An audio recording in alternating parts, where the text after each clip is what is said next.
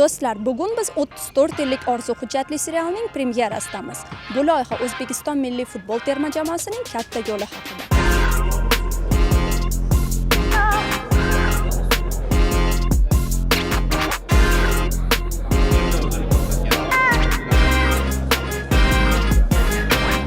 Avvalambor tarix bilan tanishish uchun keldim. O'zbekiston aynan jahon chempionatiga chiqa olmay yurgan payti unchalik qiziq emas edi. Faqat futbol muxlislari, ixlosmandlari uchun juda ham qiziq bo'lib kelgan va ular bilishadi.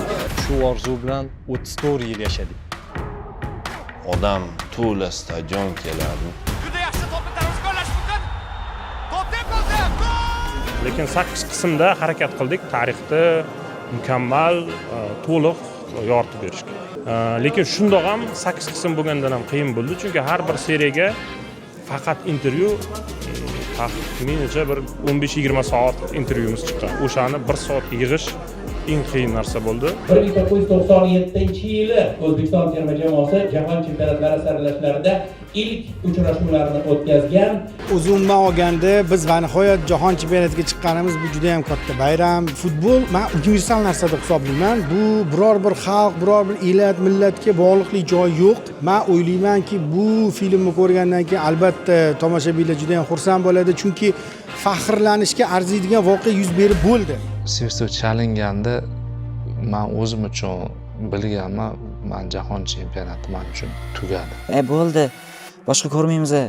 Qachon jahon chempionati chiqsa ko'ramiz deymiz, lekin baribir har bitta o'yinda shiddat bilan muxlislik qilib o'tiramiz. Vatan bitta, terma jamoa bitta.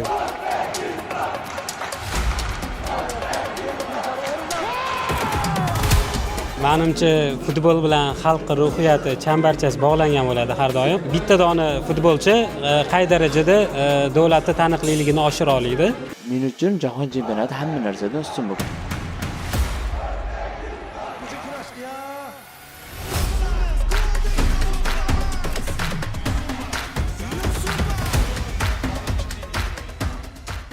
Taassurotlarim ko'p va turli. Nimaga? Chunki shu kungacha ham qaysidir ma'noda O'zbekiston terma jamoasi necha marotaba 8 marotaba bo'lgan jahon chempionatiga chiqqani, lekin o'sha eng avvalgi tarix haqidagi qanaqadir ma'lumotlar bo'lmagan. Ijtimoiy tarmoqlarda ham, internet tarmoqlarida ham va bugun biz uchun katta surpriz bo'ldi.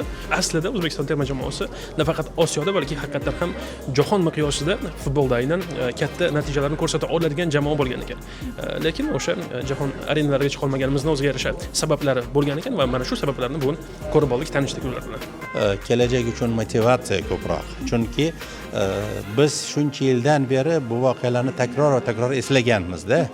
Har safar avvalgisida mana bu narsa xalaqit beruvdi, undan avvalgisida bunisi to'sqinlik qiluvdi derdik-da.